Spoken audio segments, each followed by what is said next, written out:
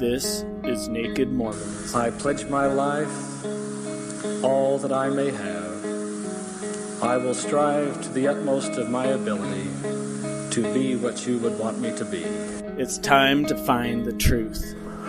And having set our hand to the plow, we will never look back until this work is finished.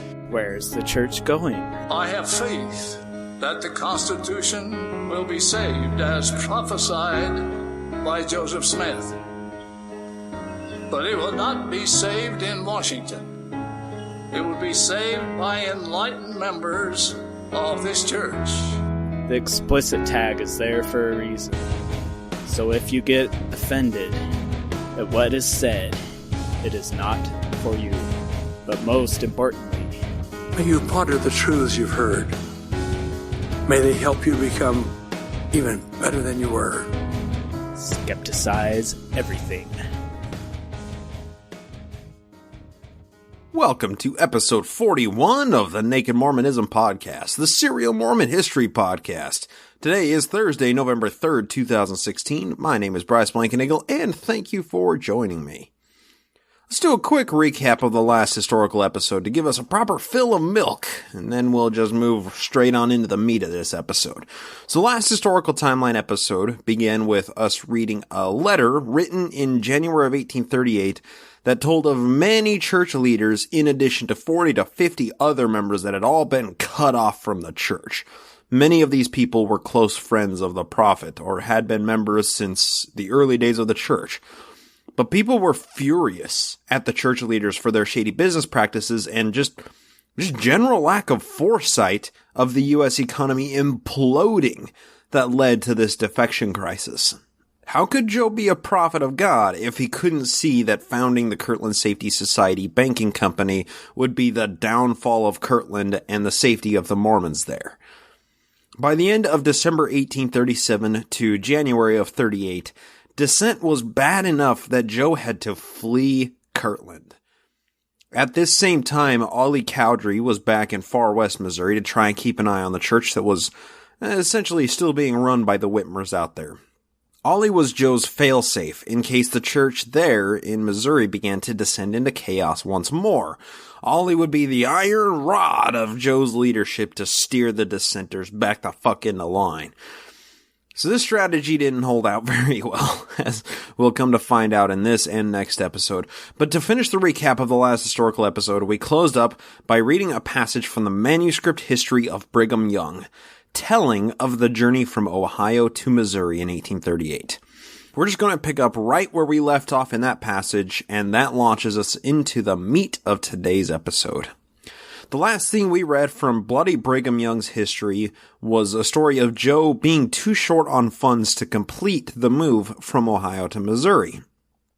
Bloody Brigham Young had fled Kirtland on December 22nd, while Jo had stuck it out until January 12th, when he left in the middle of the night to avoid detection by the furious mobs, of course.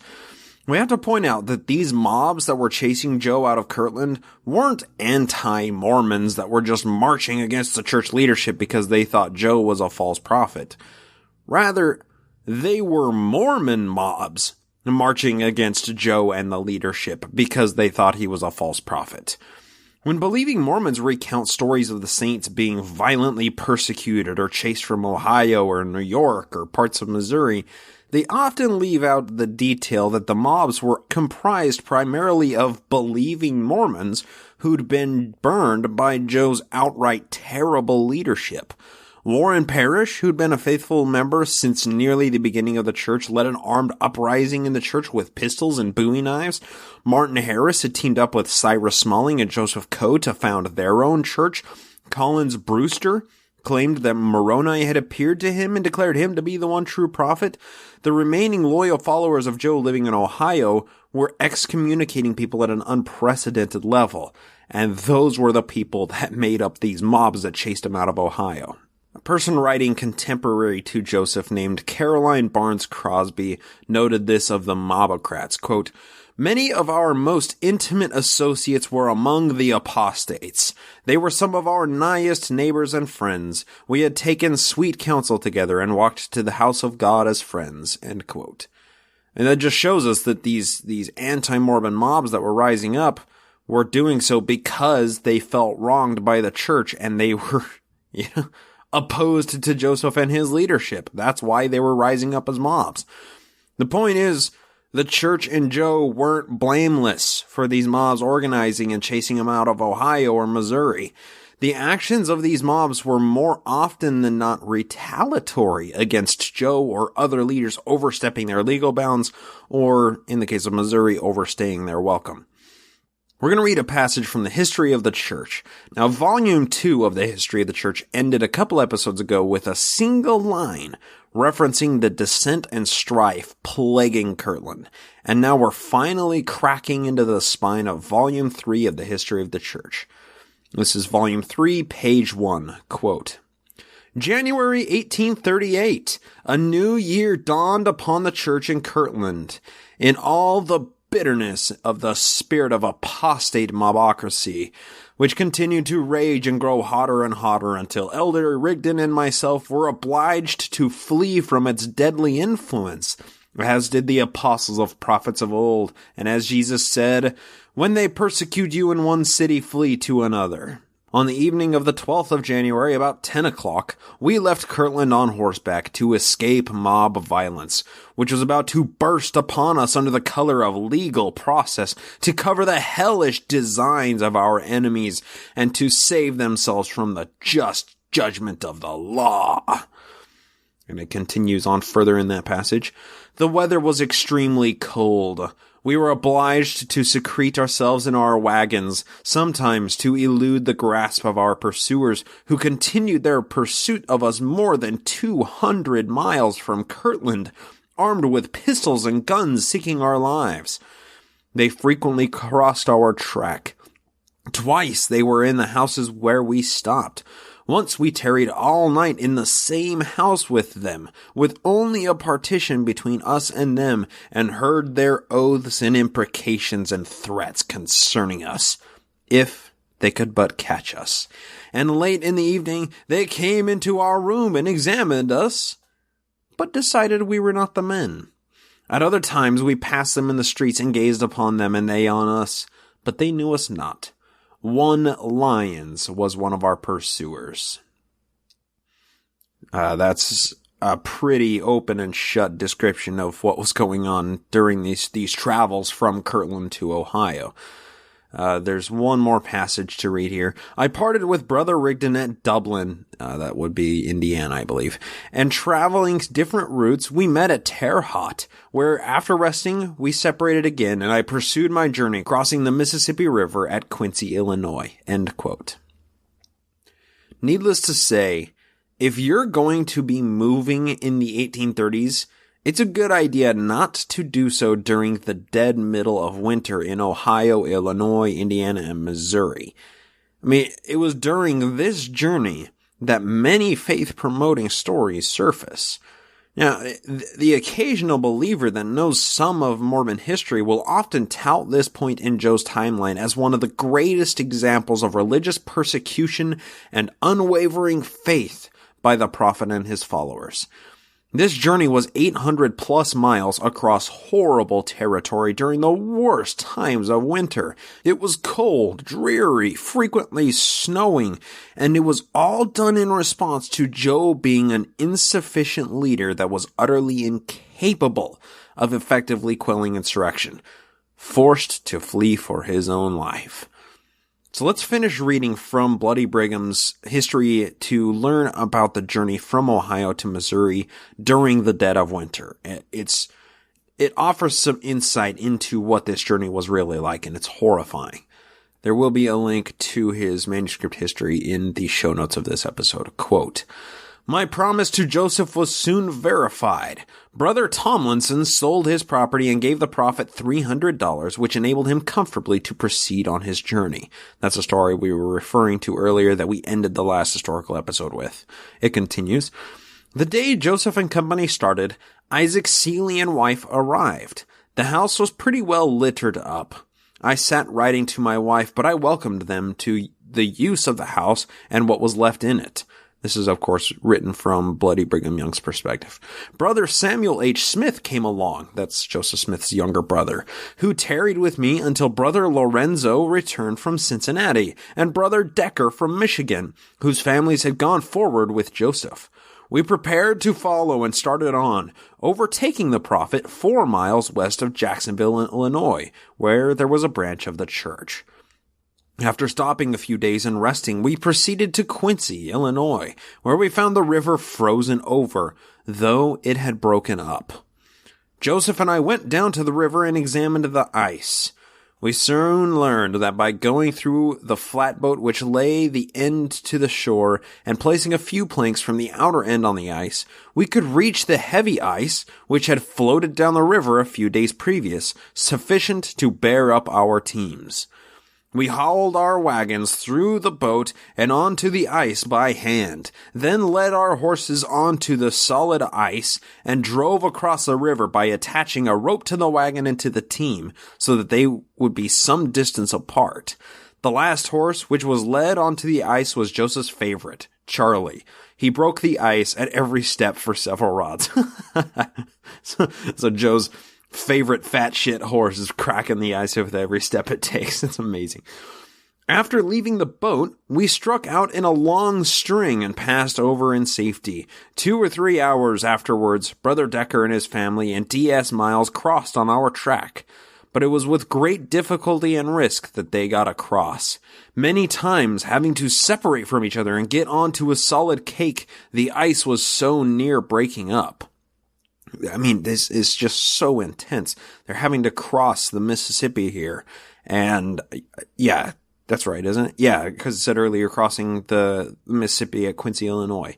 So they're trying to cross the Mississippi, and it's frozen over, but it's enough broken up that they're, like, stepping from one huge sheet of ice to the next huge sheet and, like, trying to cross their wagons that way and get the horses across, like. And it's just so intense. I can't even imagine what the tension was like there. Because if they fell in, it's not like they could go hop into the cab of a warm car and warm up. It's like they're out on the prairies. They're just out in open snow with the harsh elements beating on them. If they fall in, man, you only got a few minutes to live. And you got to act fast. This is, we just don't tend to appreciate what these people went through very well. It continues on. We traveled from the river about 6 miles and camped for the night. Next morning proceeded on our journey. When we arrived at Salt River, we found the ice had broken up so that we could not cross. The ferry boat was sunk, and we tarried a day or 2 at this place. At an impasse. Brigham Young continues, Brother Joseph said to me one morning, "Let us go and examine the ice on the pond." We found the old ice had sunk and had not left the pond when the river was broken up, and there had another foot of ice frozen over, and by plunging our wagons 2.5 or 3 feet into the water, we could gain the solid ice on the pond, and the other shores we found the same. So, basically, they went down to the river, I'm not sure where this is, Salt River, and they looked at it and said the ice is just too broken up. But then they plunged a stick or something into the ice, or into the shallow water that was there, and there was a solid sheet of ice that was 2.5 or 3 feet down that they could get across. But that requires sinking their wagons that 2.5 or 3 feet down into the water, and I guess just trying to walk the horses across the river over this sheet of ice, just getting soaking wet with frozen river ice water. It's horrible. It's just a horrible situation, but they persisted. We got our wagons and horses across the ice, then took a canoe which lay in the pond, and placed one end of it on the shore and the other end on the solid ice, and walked through the canoe onto the ice and pulled the canoe across the ice to the other shore. Amazing. So they got the horses and the wagons across the river, the freezing river. They were just trudging through, 2 feet or 3 feet of ice water to get across.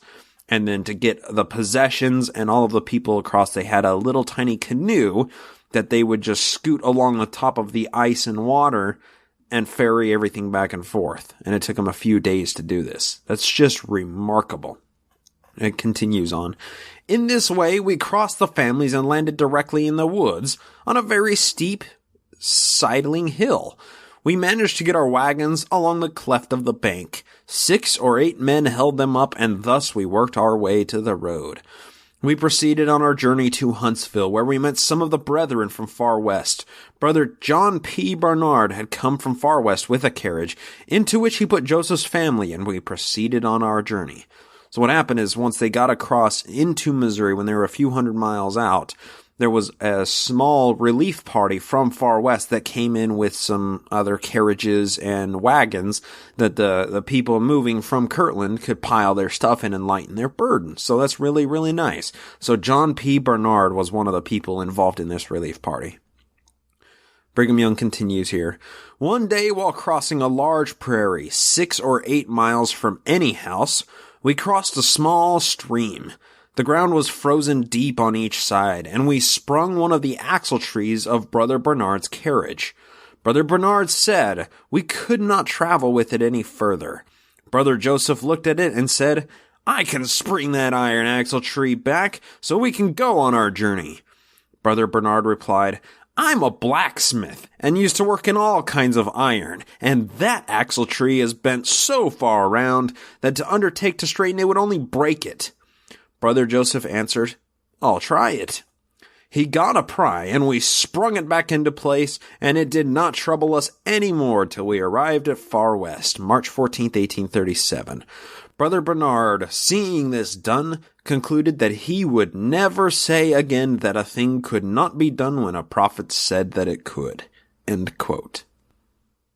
When believing members talk of faith-promoting stories relating to the struggles of the prophet and his people, stories from this trek from Kirtland to Missouri will often come up. They tell of how much faith the saints must have had to walk across a frozen river in February of Ohio and Missouri just to follow the prophet. Jo knew that they could get across the river if they just let the wagon wheels sink in 2 or 3 feet into the water and then ride on top of the sheet of ice that lay beneath. I mean, they waded through frozen river water up to their knees to get all the wagons and possessions to Missouri. I mean, how wonderful is this? Not only that, but these people spent 2 months in the harsh elements, sometimes sleeping in their wagons. They hiked and pushed carts for over 800 miles. The prophet said that a broken axle tree could be fixed, and by damn, he fixed it because he's the prophet. I mean, there are paintings that hang in church hallways of Jo crossing this river, clutching a little baby lamb under his arm or something like that. It's amazing how the simple act of somebody walking through the snow can generate such remarkable faith-promoting stories. All you need is a little religious persecution by an angry anti-Mormon mob, and anything that happens after that persecution promotes faith in the religion. And that has to be one thing I find remarkable about religious persecution. No matter what happens after it, it builds faith. I mean, if Jo was chased somewhere by an angry mob, his running is out of self-preservation because they are all false prophets trying to silence the one true prophet, right? I mean, if Jo dies after religious persecution, he's a martyr. Never mind the fact that he shot into the crowd and killed 2 people right before he died, but he was a goddamn martyr. If a battle happens between a mob of people persecuting other mobs' religion, it's a holy war, and those who died are assured a seat in heaven. Nothing that happens after religious persecution damages faith. The worst possible thing that can happen after persecution is nothing. And even then, a religious nutbag is crying foul into the void because anything that happens ever can be termed as religious persecution. Telling a pastor or bishop to not preach politics from the pulpit is persecution. Taking mandatory prayer out of public schools is persecution. Fucking stubbing a toe while reading the Book of Mormon could be Satan persecuting a believer. When a religious person cries persecution, anything can fall into that category, and nothing that follows will disconfirm what they're saying because of their victimized persecution mindset. That's how this second mass exodus is seen so positively, when in reality, it was only done because Jo and Rigdon were running from the fucking law.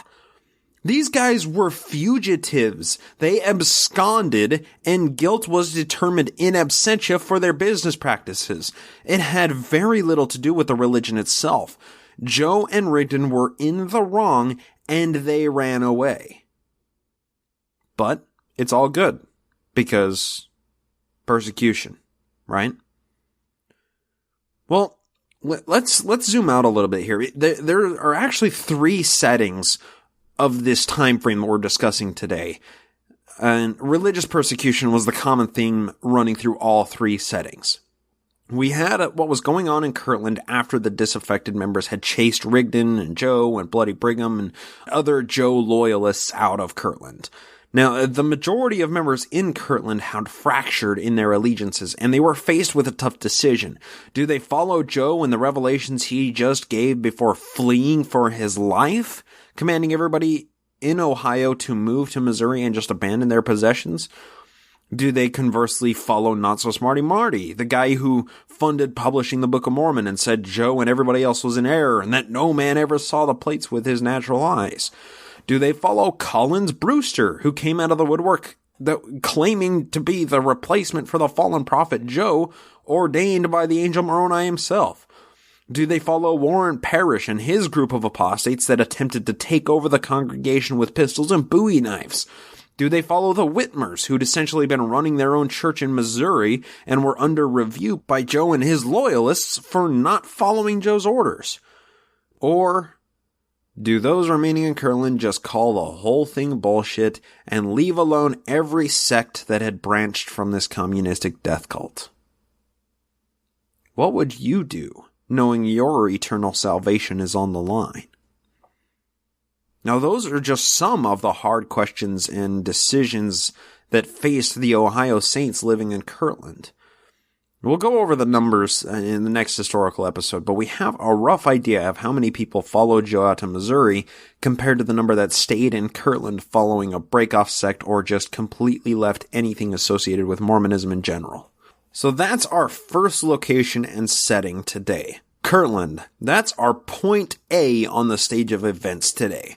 Point B, that's our second setting. We have our first setting is Kirtland. Point B is our second. And that's Jo and company crossing Ohio, Illinois, Missouri, Indiana to reach far west, a journey which they completed in the middle of March 1838. So that's point B in our setting here. We have Kirtland as point A, and the trip from Kirtland to Missouri is point B. Our third setting, point C, is Missouri itself, specifically far west. Now, there was drama and conflict going in A, B, and C at all times during the beginning of 1838 here, but we need to look at them separately to gain an appreciation for the bigger picture. So as I said earlier, point A, that's Kirtland. That was filled with sincere believers in Jo and the Book of Mormon that were faced with a hard decision of who to follow and even more so, who to trust or where to move. So point B has Jo, Emma, Rigdon, Bloody Brigham Young, Samuel Smith, and a few other elect individual families en route to Missouri, battling the harsh winter, which we basically described it through Bloody Brigham's account up to this point. There are a lot of other resources available that inform us on the harshness of the journey and these faith-promoting stories, but most of those are in Ensign talks covering religious persecution from an extremely biased perspective, and I'm simply not interested in them. You can find numerous of these articles with just a quick Google search about the 1838 flight from Ohio to Missouri. So, for fear of redundancy, let's allow Jo and friends to journey to Missouri, and in the meantime, let's zoom out and zoom right back in onto setting C. That's Missouri. So we have our setting A, Kirtland. We're ignoring it for now. Setting B, Jo and his friends traveling across the plains headed to Missouri. And now our setting C is actually in Missouri. All three of these are running at the same time. But to kind of back up here and relate this to a topical subject, at the end of July this year, I attended the Sunstone Symposium in Salt Lake City. If you've listened to past episodes, you know hopefully plenty of what I'm talking about because I can't stop referring to it. It was such a great convention. But the very first presentation I attended was a discussion with D. Michael Quinn and Mark Thomas assessing the church's assets that will be adversely affected by global warming. After a fair amount of homework, Thomas came to the conclusion that the church has 16 active ward houses and the Fort Lauderdale Temple in Florida alone that will be under the high water mark in the next decade, provided that current models continue to hold accurate. This brings in some very interesting discussion with no easy answers. The church leadership today is very shrewd in their business deals. They don't tend to lose money on many investments because they research the deals so heavily before pulling the trigger. They're really smart.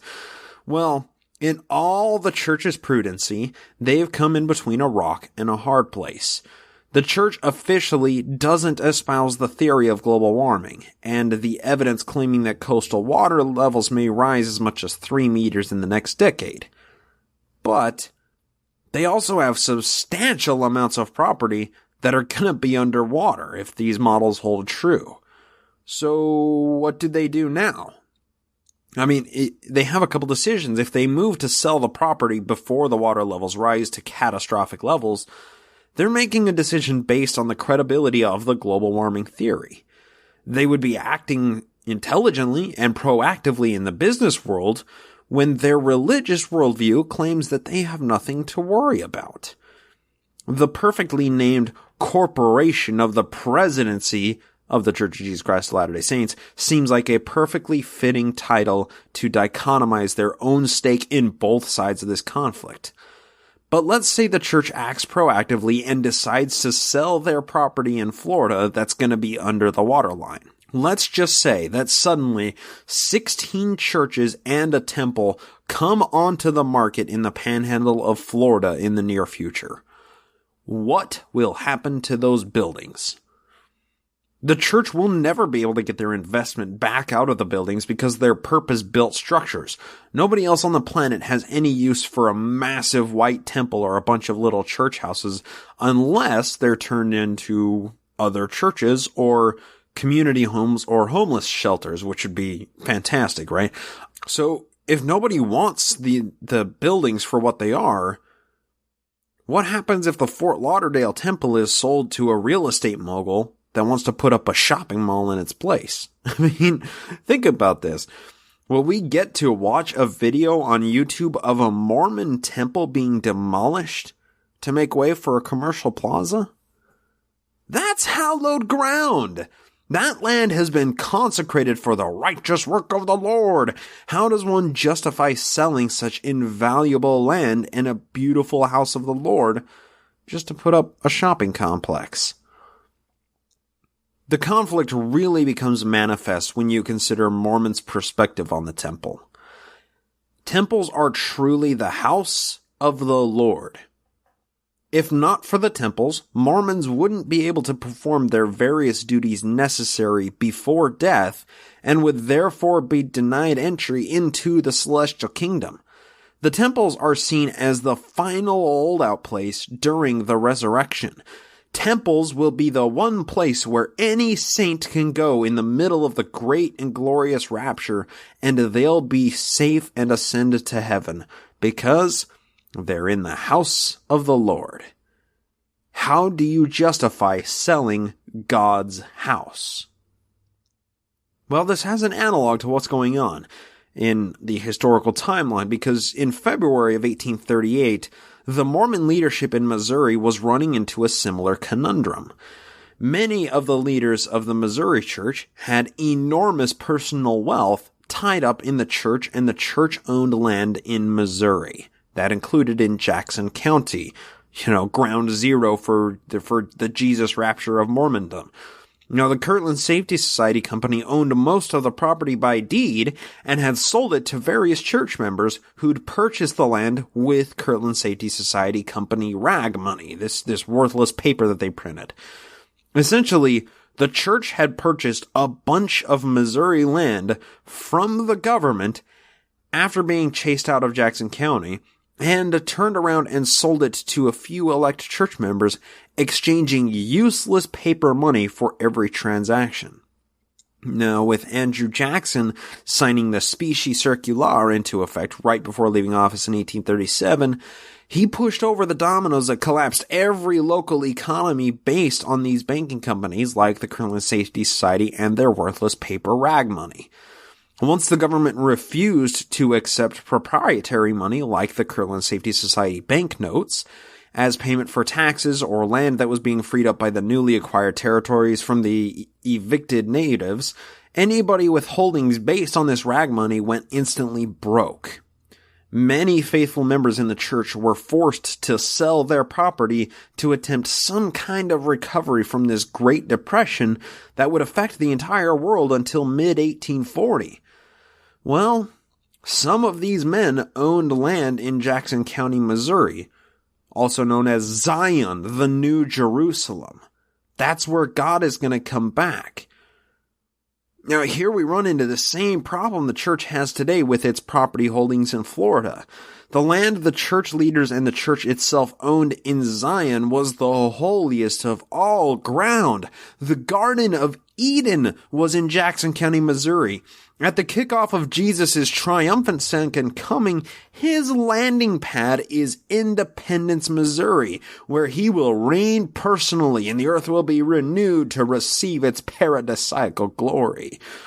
The church-owned ground in Zion was arguably much more holy than any ground on which a temple stands today. We're not talking about a storm shelter for the rapture like a regular temple is. We're talking about fucking Zion!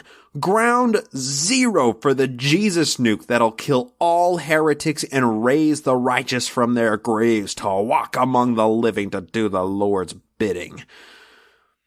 Now see if you notice a similar theme with the High Council that was held in Far West while Jo and friends were en route.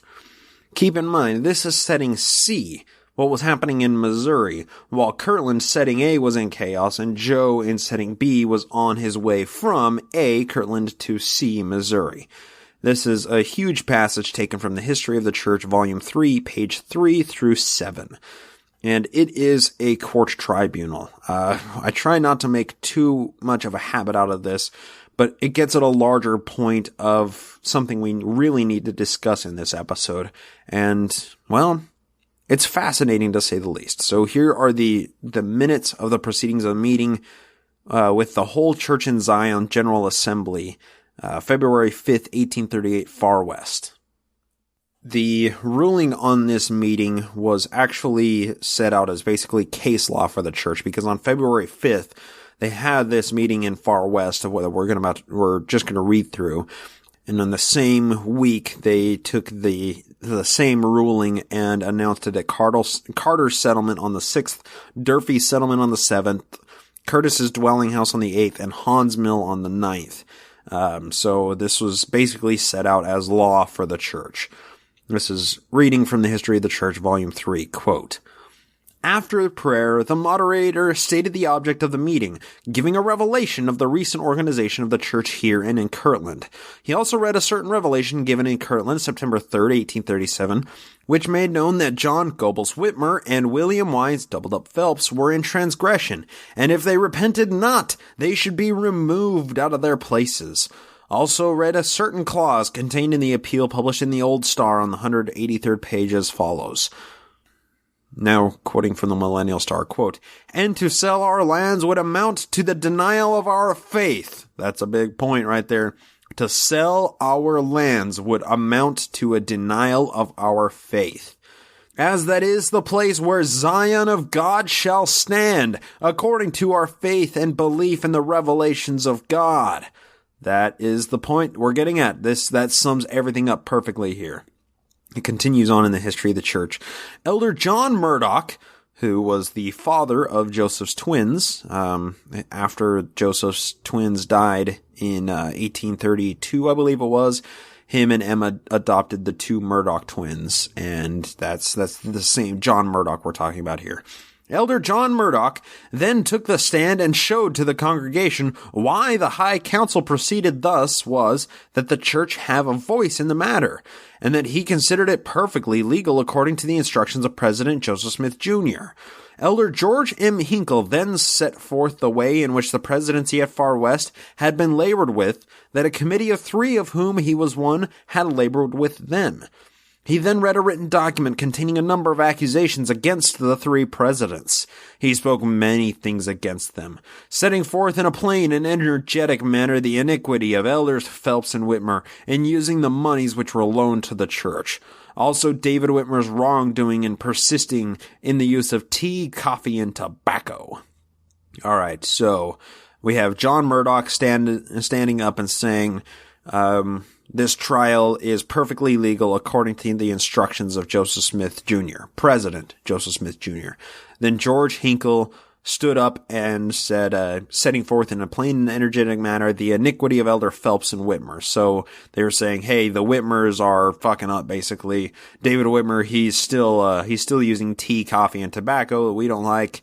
You know, that's against the word of wisdom. And then Elder Phelps and Whitmer's, they're anathema to the church. And then we have next is Bishop Partridge, that's Edward Partyboy Partridge, then arose and endeavored to rectify some mistakes of minor importance made by Elder Hinkle. Also the bishop spoke against the proceedings of the meeting as being hasty and illegal, for he thought they ought to be had before the common council, and said he could not lift his hand against the presidency at present. He then read a letter from President Joseph Smith Jr. Now, here we have Edward Partridge, who was, a really good guy, stood up and said, hey, we're being a little hasty here. This is an illegal council. Us trying these people, this should be done before the common council, a civil court. This shouldn't be done before the high council that we're meeting in. And then it continues on. A letter from William Smith, that's Crazy Willie, was then read by Thomas B. Marsh, who made some comments on the same, and also on the letter read by Bishop Partridge. And then we have Elder George Morey, who was one of the committee sent to labor with the Missouri presidency, spoke, setting forth in a very energetic manner the proceedings of that presidency as being iniquitous. Alright, George Morey stood up and said, hey, the presidency is the problem. David Whitmer, John Whitmer, W. Phelps, those guys are good guys. It's the presidency that's in iniquity right now. Then we have Thomas Grover stood up, also being one of the committee, spoke against the conduct of the presidency and of Oliver Cowdery on their visit to labor with them. Aha! So if you remember back, Ollie Cowdung, our friend Oliver Cowdery, was left in Missouri when Joseph and Rigdon made their trip back there in September of 1837. They left Ollie there to be Joe's eyes and ears to try and keep this place in the line, while Rigdon and Joe made their way back to Kirtland before they were chased out, and now they're on their way back to Missouri, Far West, having been just chased out of Kirtland. So Thomas Grover here was also taking a stand against Oliver Cowdery, saying he was in conflict with the church. Now we have Elder David W. Patton spoke with much zeal against the presidency and in favor of Joseph Smith Jr., and that the wolves alluded to in his letter were the dissenters in Kirtland. So David Patton here is taking Joe's side, saying that the presidency in Kirtland and Missouri are opposed to the prophet Joseph, and that those are the wolves that he alluded to in his letter. Man, see, like when we're looking back at it at this time, it's not so clear who's a pro or an anti-Mormon. There's some muddy waters we're trying to see through here. So next it goes on to Elder Lyman White. That was General Lyman White there, general of the 1834 Zion's Camp. Stated that he considered all other accusations of minor importance compared to Brother Phelps and Whitmer selling their lands in Jackson County. That's the big problem right there. That they had set an example which all the saints were liable to follow. He said that it was a hellish principle on which they had acted, and they had flatly denied the faith in so doing. So that goes up to our earlier passage we read from the beginning of this. It says, and to sell our lands would amount to a denial of our faith, and that is the place where Zion of God shall stand. So if these people are selling property that has been designated as Zion, as the holy coming place of the Lord, they're denying their faith. And that's what Lyman White stood up and said, hey, all this other shit that we're talking about, that doesn't mean anything. The fact that these guys are trying to sell their land in Jackson County when we're just trying to get back to Jackson County, that is the biggest problem. That is the most hellish principle on which they had acted. Man, see, it's really confusing. There's no real clear-cut fault or, fault head in this case. Next, we have Elder Elias Higbee sanction what had been done by the council, speaking against the presidency. So he was cool with Joseph, not cool with the Whitmers and Phelps and Oliver Cowdery. Elder Murdoch, I'm going to assume that means John Murdoch again, stated that sufficient had been said to substantiate the accusations against them. Elder Solomon Hancock pleaded in favor of the presidency, stating he could not raise his hand against them. All right, we have Solomon Hancock, who was apparently a good guy in the group, saying, I can't raise my hand against these people. There's just no clear-cut winner or loser here. Next, we have Elder John Correll, then spoke against the proceedings of the High Council and labored hard to show that the meeting was illegal, and that the presidency ought to be arraigned before a proper tribunal, which he considered to be a bishop and 12 high priests. He labored in favor of the presidency and said he should not raise his hands against them at present, although he did not uphold the presidents in their iniquity. All right, so John Correll got up there and was like, you guys, this is illegal. This proceeding that we're discussing here with Phelps and with the Whitmers, this needs to be done before a proper council of a bishop and 12 high priests. We're doing this wrong. We don't have all of the elements necessary to make this a proper tribunal. And I would argue John Correll is somewhat accurate, but I don't think he goes quite far enough. If we're talking about the church having a say on whether or not you can sell property, that's a civil suit. That is a civil action. The church doesn't have authority on people's abilities to buy or sell property. Simple as that. And that's muddying the waters even more, because that was kind of the discussion that these people were engaging, If the church is just a church, why does it have say on who can buy or sell on what property? It shouldn't. Simple as that. But then John Correll, of course, can't support the presidency of Kirtland or Missouri, and he can't support Joseph Smith because this meeting was done illegal. This tribunal was held illegally. So yeah, it's just confusing, isn't it? We go on to a lot more people that go up here and testify. It's fantastic. Simeon Carter spoke against the meeting as being hasty. Elder Groves followed Brother Carter in like observations. Elder Patton again took the stand in vindication of the cause of the meeting. Oh, interesting. Elder Morley, that's Isaac Morley, I assume, spoke against the presidency, at the same time pleading for mercy. Wow, see, nobody knew what was going on. Titus Billings said he could not vote until they had a hearing in the Common Council. See, this guy is saying we got to take this to a civil authority here. Elder Marsh, that's Thomas B. Marsh, said that the meeting was according to the direction of Brother Joseph. He therefore considered it legal. You always got Thomas B. Marsh willing to accept whatever the prophets say is true. He said, this was done according to the direction of the prophet, therefore it is legal because the prophet says it is. That is the big problem that was clouding many of these people's judgments.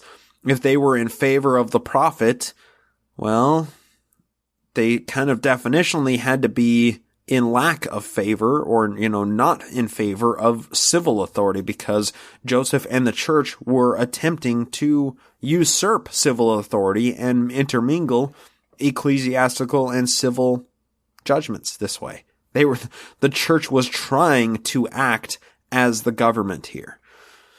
Elder Moses Martin spoke in favor of the legality of the meeting and again the conduct of the presidency with great energy, alleging that the present corruptions of the church here were owing to the wickedness and mismanagement of her leaders. Can't argue with that. The moderator then called the vote in favor of the Missouri presidency. The negative was then called, and the vote against David Whitmer, John Whitmer, and William Wines Phelps was unanimous, excepting 8 or 10, and thus the minority only wished them to continue in office a little longer or until Joseph Smith Jr. arrived. And that's signed Thomas B. Marsh, moderator, and John Clemenson, who's the clerk. Now, so that was the first proceeding as it went. It's confusing as hell. We have the Whitmers and Phelps who own land in Jackson County who are trying to sell it because they got fucked over by Joe so bad with the Kirtland Safety Society Company. They're trying to sell the property and people are saying, you can't sell it because that is Zion. That is holy ground. We're trying to get back to Jackson County. You can't just sell property there. But of course, Double-Dub Phelps and the Whitmers have a really good point here, especially Double-Dub Phelps, because Joe had fucked him over on the 3 plots of land, buying it for $100 and selling it to him for $2,000. So Joe was at fault for saddling too much debt on William Wines Phelps' shoulders, and he was trying to sell the property in Jackson County in order to pay back that debt that the church and Joe were holding against him.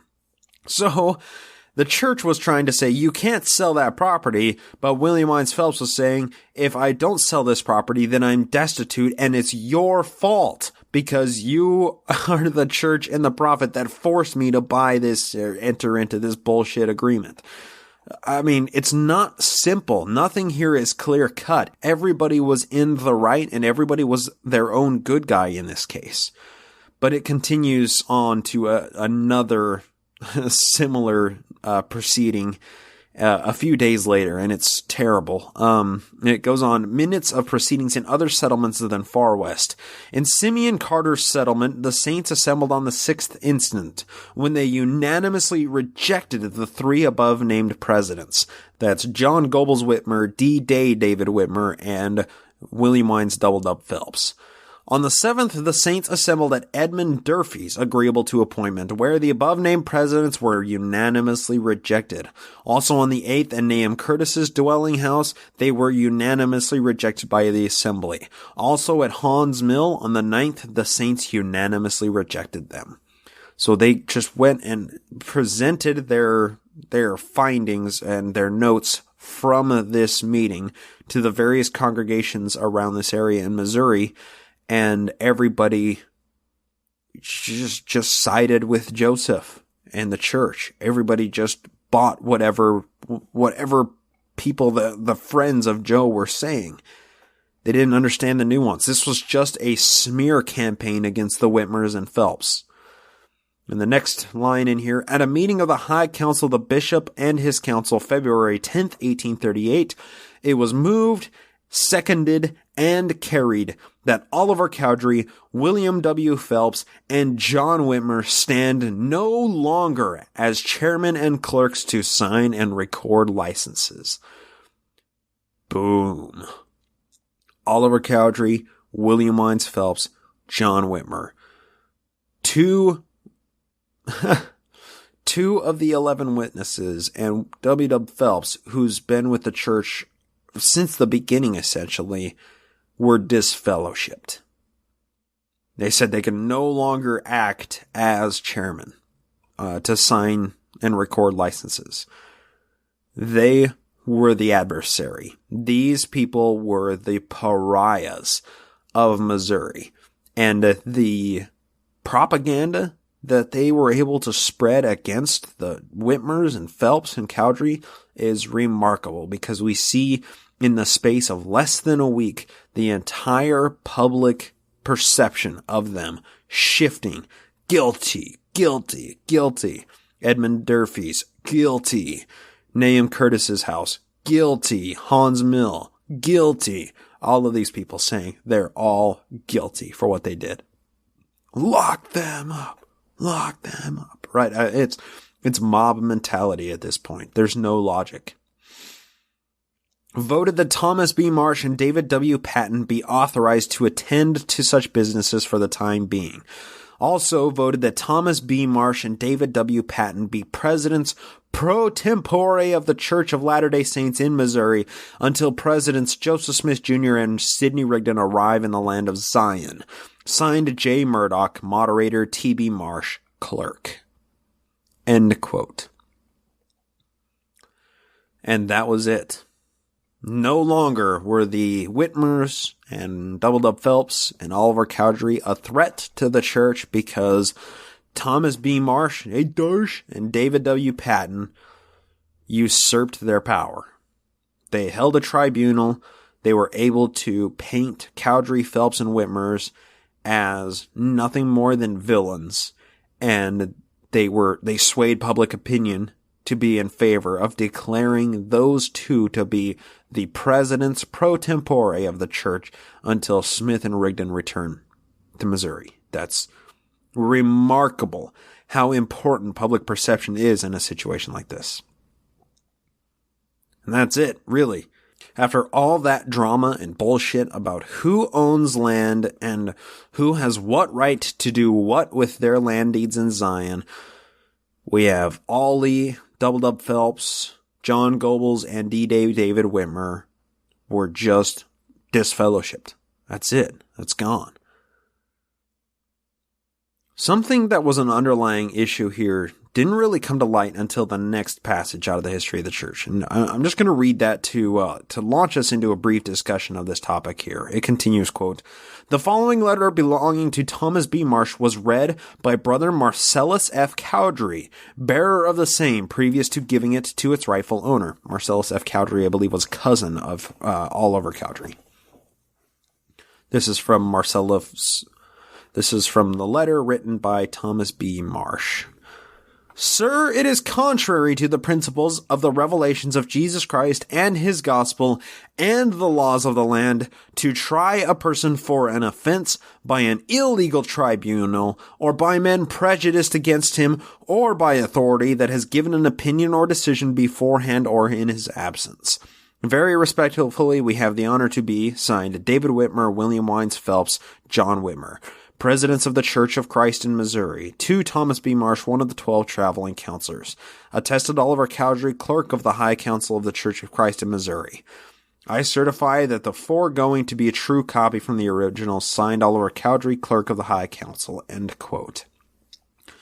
The three main people that were disfellowshipped during the previous High Council meeting wrote a letter to the High Council saying that the church just railroaded their public personas with that bullshit kangaroo court. This letter said explicitly, it is contrary to the principles of the revelations of Jesus Christ and his gospel and the laws of the land to try a person for an offense by an illegal trial.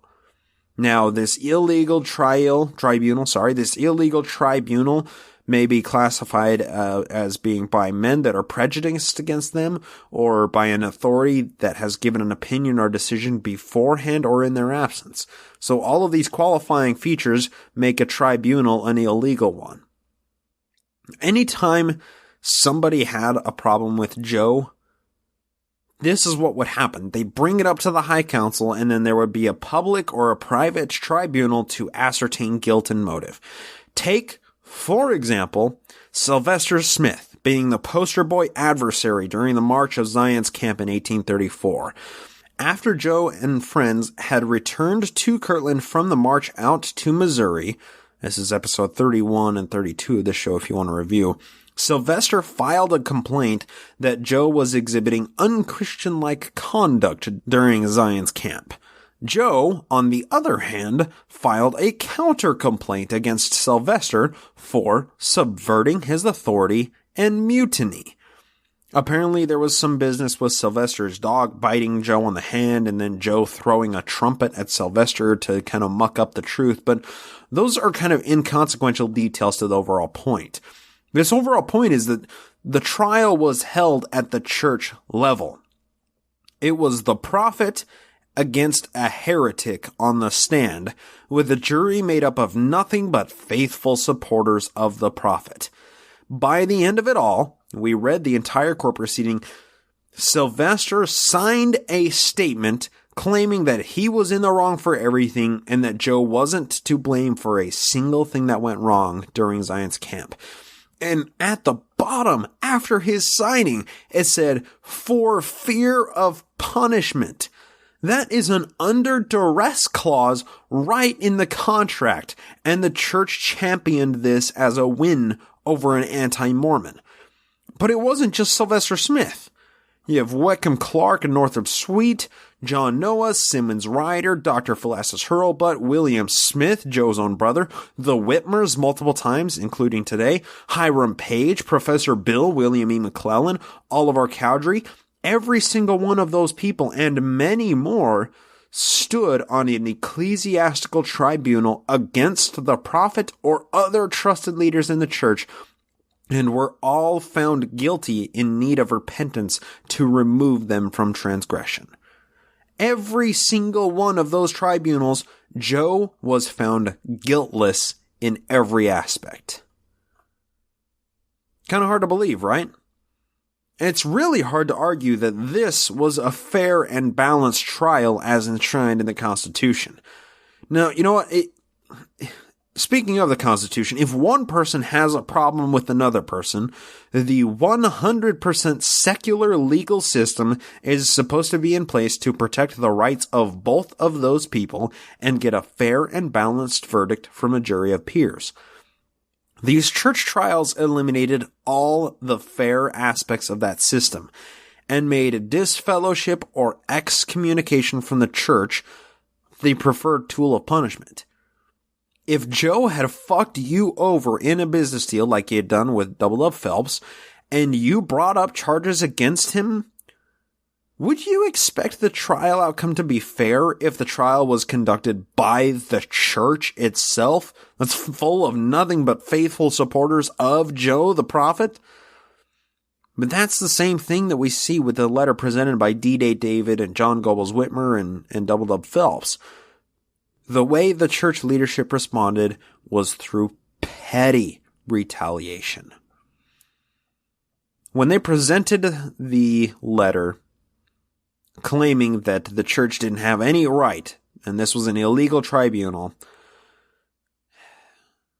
church members were pissed. The leadership that was remaining faithful to Jo were really fucking mad. And this is what it says out of the history of the church. This is volume 3. You can read this for yourself out of the history of the church. I'm reading it out of a 1948 publication.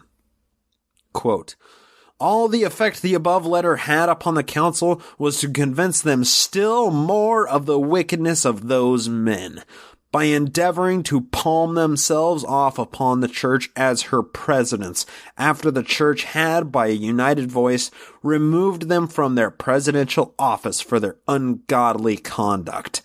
And the letter was considered no more nor less than a direct insult or contempt cast upon the authorities of God and the Church of Jesus Christ. Therefore, the council proceeded to business."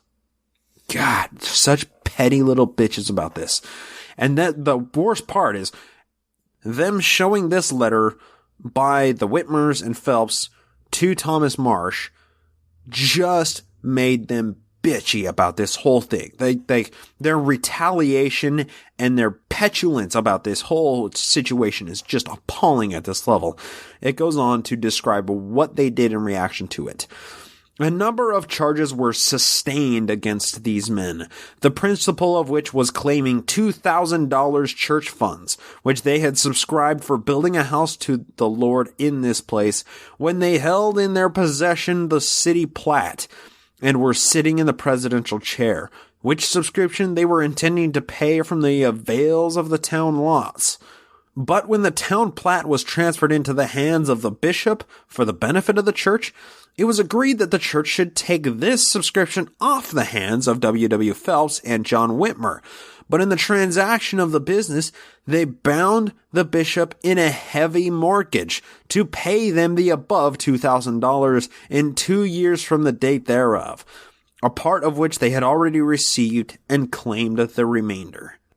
So basically that $2,000 that Joe had fucked over W. Phelps on, the church just dug in even deeper and was like, no, you still owe us that. It continues, the 6 counselors made a few appropriate remarks, but none felt to plead for mercy, as it had not been asked on the part of the accused, and all with one consent declared that justice ought to have her demands. After some remarks by Presidents Marsh and Patton, setting forth the iniquity of those men and claiming the $2,000 spoke of, which did not belong to them, any more than to any other person in the church, it was decided that William Wines Phelps and John Whitmer be no longer members of the Church of Christ of Latter-day Saints, and be given over to the buffetings of Satan until they learn to blaspheme no more against the authorities of God, nor fleece the flock of Christ. The council was then asked if they concurred with the decision. If so, to manifest it by rising. They all arose. The vote was then put to the congregation and carried unanimously. The negative was called, but no one voted. Before finishing like the last 2 paragraphs out of that, this is what they did. They held this tribunal and said that the Whitmers and Phelps and Oliver Cowdery are against the church and they can no longer hold their office of, clerk and recorder. They can't issue licenses anymore until Rigdon and Smith get back and they can kind of decide for themselves what to do. And then they presented this letter that they wrote to Thomas B. Marsh just saying that this is an illegal tribunal.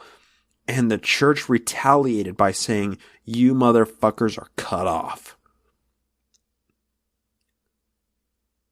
It was decided that William Wines Phelps and John Whitmer be no longer members of the Church of Christ of Latter-day Saints and be given over to the buffetings of Satan until they learn to blaspheme no more against the authorities of God, nor fleece the flock of Christ. And then everybody stood up and it was a unanimous vote. Mob mentality. The most amazing thing. This sounds like fucking mafia, doesn't it? This sounds like we have a made man here and people are just keeping their mouth shut about him, and anybody that's opposed to this made man gets cut off. And it's encapsulated even more in the next 2 paragraphs. It says, Brother Marcellus F. Cowdery, cousin of Ollie Cowdung, arose and said he wished to leave it understood that he did not vote either way because he did not consider it a legal tribunal. Oh, he's one of these guys. He also offered insults to the High Council and to the church by reading a letter belonging to Thomas B. Marsh before giving it to him, and in speaking against the authorities of the church. A motion was then made by President Patton that fellowship be withdrawn from Marcellus F. Cowdery until he make satisfaction, which was seconded and carried unanimously. End quote. These motherfuckers. This is mafia rule. Marcellus F. Cowdery, after everybody had voted that the Whitmers and Doubled Up Phelps be cut off from the church, Marcellus Cowdery stood up and said, I want it to be noted that I didn't vote either way because I don't think this is a legal tribunal. And everybody said, kick that motherfucker out. And he's gone. I'm speechless. I don't even know how to I can't words this. I mean, somebody stood up. Marcellus Cowdery stood up and said that this is a kangaroo court that doesn't have legal authority to carry out this tribunal. And the leadership still said, fuck you, you owe us that $2,000. And remember how W.W. Phelps got that $2,000 in debt in the first place? Jo bought 3 plots of land for less than $100 and turned around and sold them to Doubled Up Phelps for $2,000 the next day. Then, when Doubled Up Phelps called the bullshit, said the debt was wrong, Jo took advantage of his position as prophet to shoulder that debt onto Doubled Up. In response to this complaint, Jo said, fuck you, you still owe us that money and you'll pay it in 2 years' time. Or else. The Whitmers and Doubled Up Phelps raised up the complaint again because they wanted to take the lawsuit to an actual civil court, a commons court, where it should have been handled in the first place, and the church refused, claiming that, oh, we'll just take care of it. We'll handle the problem at the ecclesiastical level, the church level, allowing them to essentially sweep the problem under the rug without alerting any real civil authorities to the wrongs that were being done.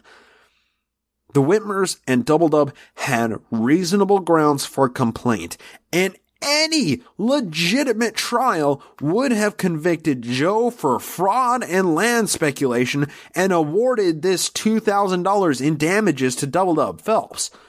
But because the problem was handled at the church level, Jo wasn't found to be in the wrong, while Phelps and the Whitmers were held accountable for all damages and faults. And then cut off. You see the problem with handling these things at the church level? And I mean, how about that shit with Marcellus Cowdery? I mean, a cousin of Ollie and Warren. He stood up after the votes were called out and said that I wanted on record that I didn't vote because it's illegal. And they kicked him out. That is some Joffrey-style iron-fisted rule there. You can either fall the fuck into line, or you aren't even welcome to live among us and come to our church. This tribunal that we just read went on through the first week of February 1838. And this is in setting C, going on in Missouri. The prophet was a few hundred miles away from Missouri at this time, trudging through the snow with Emma and their children and a few other people. That's setting B. Remember, we got our 3 settings, A, B, and C today. But now, we need to take a step back and go all the way to setting A of our episode. Let's go back to Kirtland and see what was going on at this whole time that this court tribunal was going on in Missouri and Jo was walking across the plains to reach Missouri and somehow regain control. Jo and his few remaining loyal leaders fled Kirtland in early January. And it happened right after Jo had given the revelation telling everybody to get the fuck out of Kirtland and go to Missouri as soon as it was made convenient, basically. This was the second mass exodus of the church headquarters and primary population in Mormon history to this point. Jo and Rigdon had left on January 12th. That's when they took off. Brigham Young had left December 22nd. Jo and Rigdon hung out till January 12th. And a trial was held against them in absentia for guilt surrounding land speculation. In absentia, that means that Jo and Rigdon weren't actually there to participate in this trial, but there was enough evidence there available that they were able to ascertain guilt. But this lawsuit that happened was one of many lawsuits that was encouraged or funded by Grandison Newell, who was basically just an anti-Mormon Alex Jones type with lots of money, good lawyers, and a media outlet that was edited by Eber Howe, the author of Mormonism Unveiled. These are some quintessential actual anti-Mormons, not anti-Mormons that used to be believing Mormons, but people that just really hated Mormons. When the lawsuit went through, Jo and Rigdon were held responsible each for $1,000 in damages for the plaintiff. This verdict was passed down and acted upon January 15th, 3 days after Jo and Rigdon had fled Kirtland. And an auction was held that day, and the 3-story Kirtland school printing press and meeting house was seized by creditors and sold at auction to pay these damages. It's worth noting the importance of this one single building. This was the house in Kirtland, Ohio, where the School of the Prophets was held on the 3rd floor, where the word of wisdom was given because Emma was sick and tired of cleaning out the spittoons.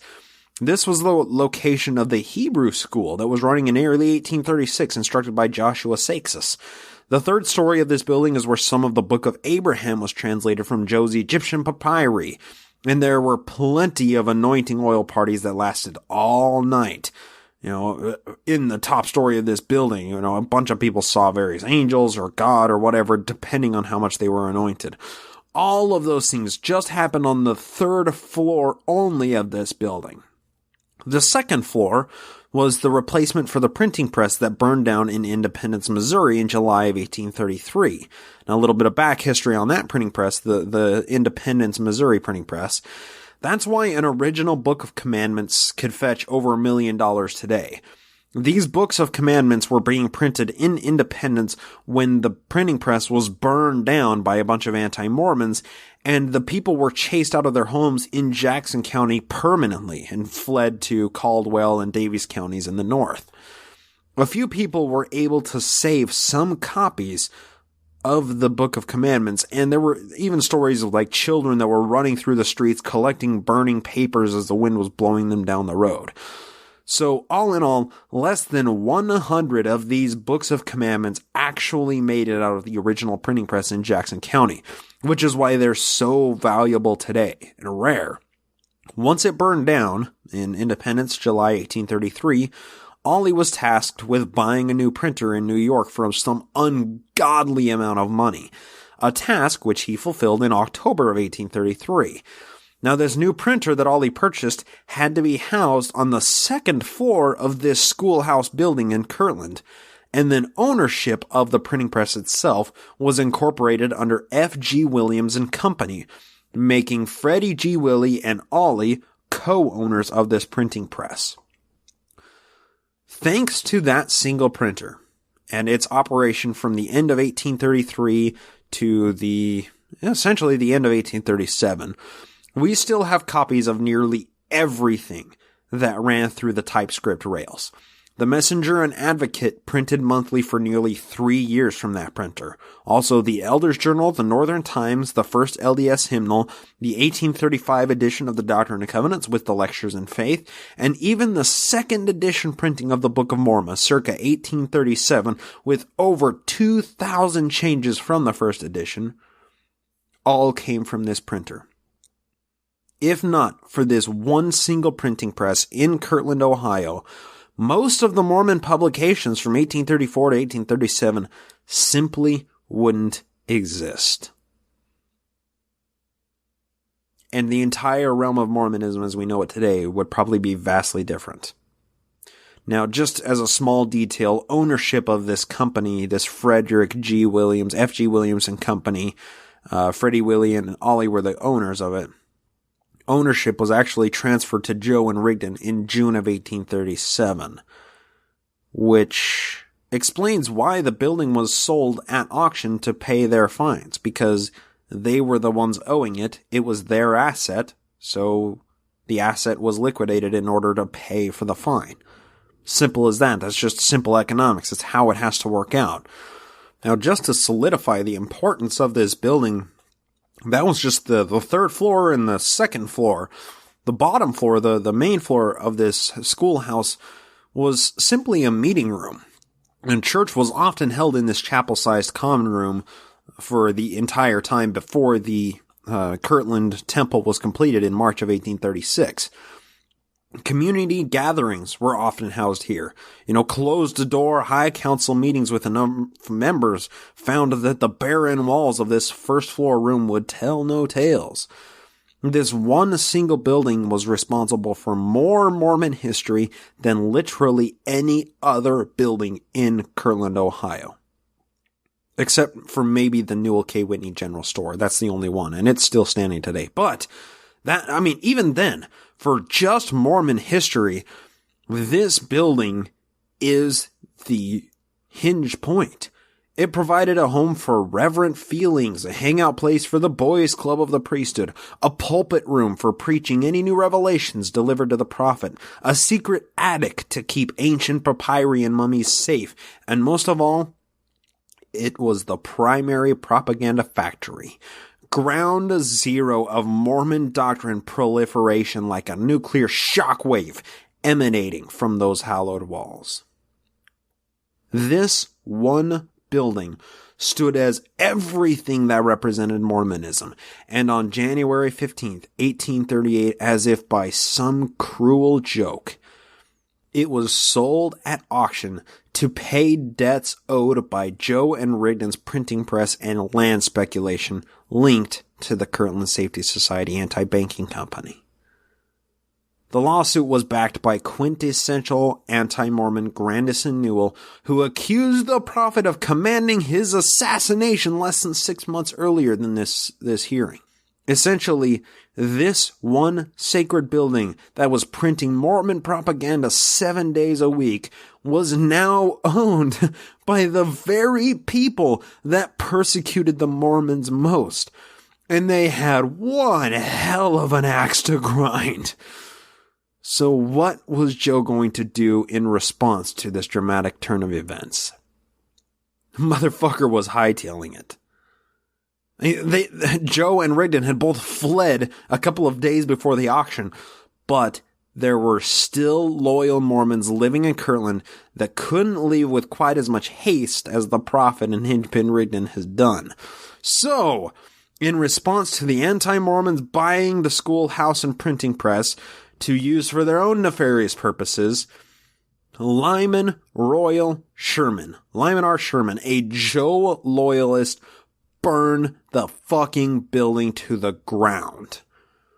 On the crisp morning of January 16th, 1838, long before the sun arose, less than 12 hours after ownership of this Kirtland building had transferred in order to pay legal debts,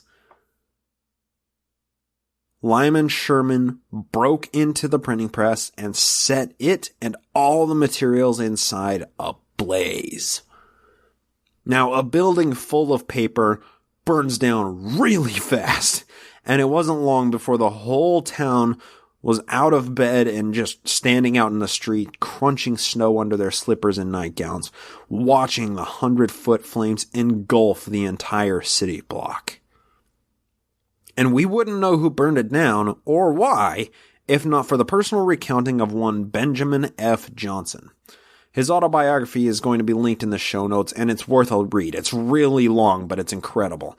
This is the passage that tells who burned down the 3-story building and why. Quote, "The split in the church was now so great, with the principal wealth on the side of our enemies, that they claimed the temple, printing office, and everything regarded as church property. Writs were out for the prophet and others for all public debts. So, in midwinter, with his father, Hiram, and a few others, he started, as best he could, for the far west. The printing office and material which our enemies thought to use to bolster up a church organization opposed to the prophet was set on fire by Brother Lyman R. Sherman and destroyed. Those faithful to Joseph made all possible haste to follow him to the west. My mother and all of her children were of that number." End quote. It's hard for a believing Mormon to justify this action. Jo died in 1844 because he burned down a printing press. That's essentially what got him incarcerated and eventually shot. But somebody burned down a printing press on his behalf in January of 1838, 6 years prior. An act of tyranny. What was he trying to hide? I mean, how does one justify these actions with Jo being a prophet of God? What information were they going to share? Consider this in, let's just say, the abstract for a minute, maybe. A prophet is definitionally the conduit for God's truth. Am I right? I don't think I'm going out on a limb when I say that anything said by the prophet in the capacity of being prophet is God's one truth and can withstand any level of scrutiny, right? No matter what somebody says against the prophet, whatever the prophet speaks as a divine prophet is irrefutable truth, and that's just the definition of a prophet. Now, I may be straw-manning the believer's side to this, or maybe making a caricature of what the word prophet really is, but if a prophet speaks as a prophet and says so inaccurately once, that turns them into a false prophet. If Jo was the one true prophet, what were these people going to print that made it justifiable to burn down the printing presses before they even started saying that information? There's no way to tell for sure if Jo was actually involved in the printing press fire, but we know for a fact that he commanded the Nauvoo Expositor Press to be burned down in 1844, so we have no issue when accusing Jo or the leadership of tyranny in these instances. They were suppressing other people's right to free speech to cover up something. That is an act of tyranny, and that gets me to my ultimate question here. What the fuck was the one true prophet of God afraid of? What was Grandison Newell or anybody else going to print from the legally acquired Kirtland printing press that would convince people that Jo wasn't a real prophet? What information would surface that challenged the prophet's claim to divinity? If he's God's prophet, whatever we say shouldn't matter because it can't come into conflict with the truth given by God's one true prophet. This is God's truth, goddammit. It can't be wrong. This is objectively true. People's understandings of various topics, day-to-day life, has absolutely no bearing on what any God's honest truth would be, right? I mean, we're all subjective human beings experiencing our own version of the universe. We all operate on, 7+ billion different planes of existence. But this is God's honest truth, the one true divine truth that can never be impacted by a person's subjective experience. It is objective, outside of God. It is atemporal truth. Am I making this point overly redundant yet? The same question applies to this bullshit kangaroo court that the church was holding against anybody that raised a complaint. Why did Jo and Rigdon try to handle everything at the church level instead of going to a legitimate civil court? What did they fear would happen? When one person stands in opposition to the entire court for the purpose of saying the court didn't have the authority to pass a judgment, why does he get disfellowship for simply pointing out the fact? That's Marcellus Cowdery we're talking about. Are they scared of the truth? They claim that they have the truth. They claim their truth to be from God. What non-truth could a person create that obliterates the actual truth from God? The most fucked up thing about this whole truth paradox of the God's truth and the church's truth and the objective truth that we run into here is it still goes on today. We're still locked in this same truth conundrum. Mormons saw themselves as a victim of religious persecution back then, and the same misinformation pervades to this day. It's fun to read things from the josephsmithpapers.org because it's the church's own hardcore historical resource. And concerning the 1838 printing press fire, this is what it says. There will be a link for it in the show notes. I recommend looking at the entire thing. It's a whole paragraph of a passage. Quote, "First members of the Quorum of the 12 were appointed and ordained on the ground floor of Schoolhouse." It's taken chronologically. February 1835. Second floor housed printing office and office for church presidency. Third floor attic or loft was used for meetings, sometimes called council rooms, and was the site for first administration of ritual washings and anointings prior to dedication of temple. Building seized and sold at public auction, January 15th, 1838, in order to pay fine charged to Joseph Smith and Sidney Rigdon in lawsuit encouraged by Grandison Newell. Destroyed by fire during night following auction.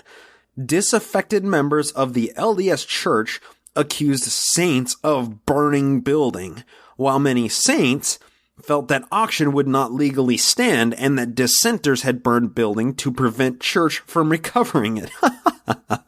LDS member Benjamin F. Johnson later recounted that his brother-in-law Lyman Sherman had burned the building in order to prevent enemies of the church from gaining access to printing press, end quote.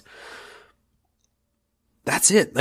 They tried to believe in Jo and thought that the building and printing press were seized illegally. The saints at the time hoped that that was the case. The believers thought that the anti-Mormons had burned down this 3-story building so that when it went to trial, I guess, that the Mormons wouldn't be able to get it back because, I don't know. I mean, they thought that eventually the legal process that Grandis and Newell and the others take to seize the building would be overturned by a different legal process, but they'd done so legally in the first place. And the Mormons thought that the anti-Mormons burned down the press just so that it wouldn't go back into the possession of the Mormons when it was overturned. But then everybody else that wasn't a Mormon was like, why did the Mormons just burn down our fucking building?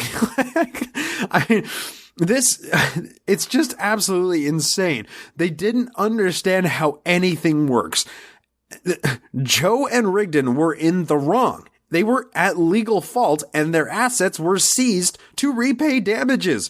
This happens all day, every day to thousands of people. Jo and Rigdon were just shitty businessmen and refused to declare bankruptcy. They were incredibly inept at running their business, and the people wanted to believe the persecution so much that a legal property seizure didn't even fucking matter to them. In fact, it bolstered their faith. I mean, Jo was blameless because he was the infallible prophet. He couldn't fuck up the way other banking companies had because he was different. He was the prophet of God. He had access to God's will and God's information. God would have told him that founding the Kirtland Safety Society was a bad idea. So obviously it wasn't Jo's fault that things had gone wrong. It was all the anti-Mormons' fault.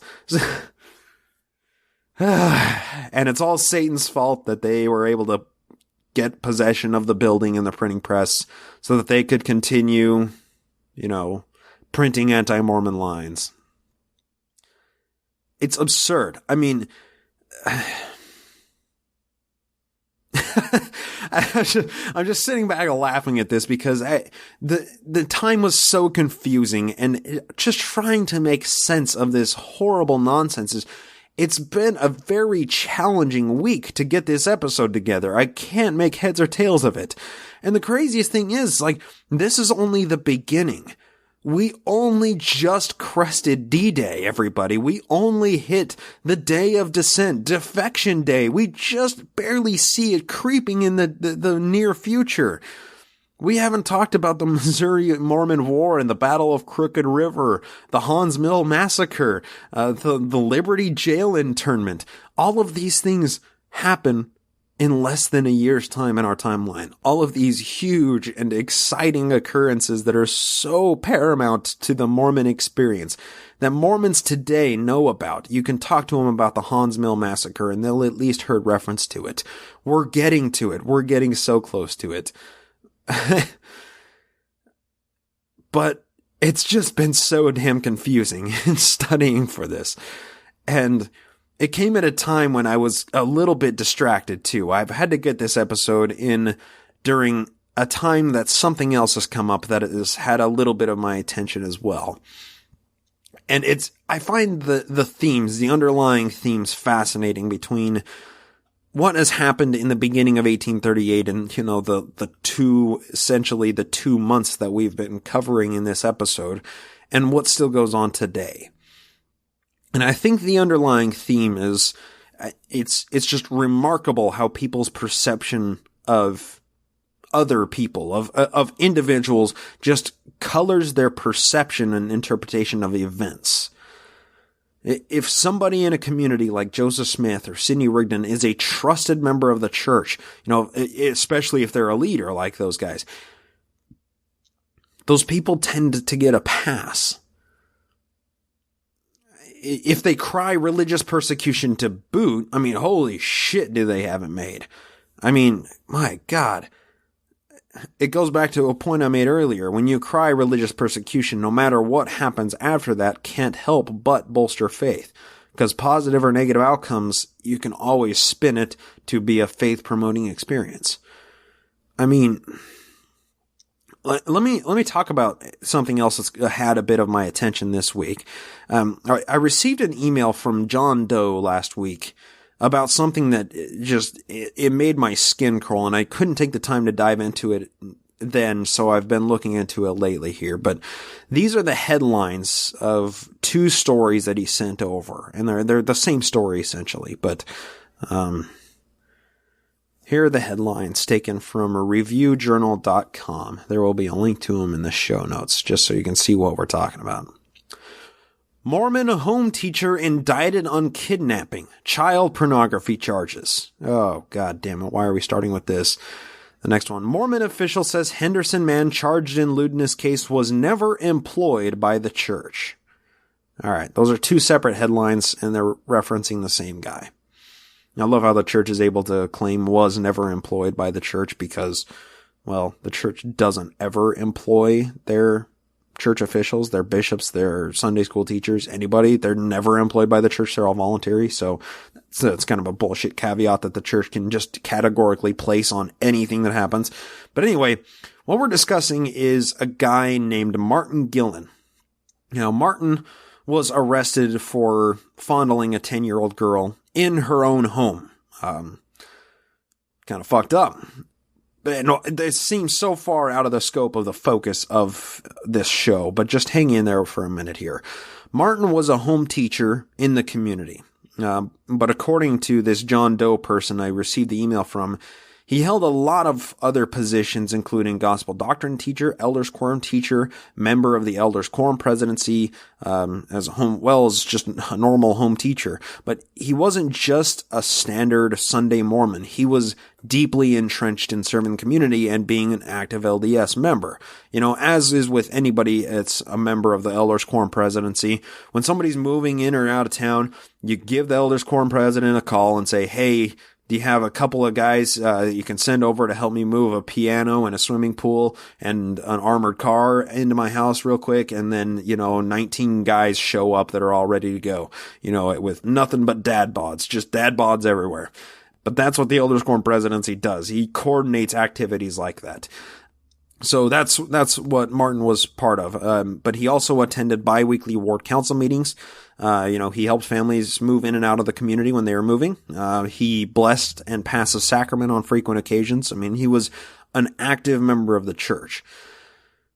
Where it gets a little more fucked up is his wife, Mitzi Gillen, was the young girls' weekday activity days leader.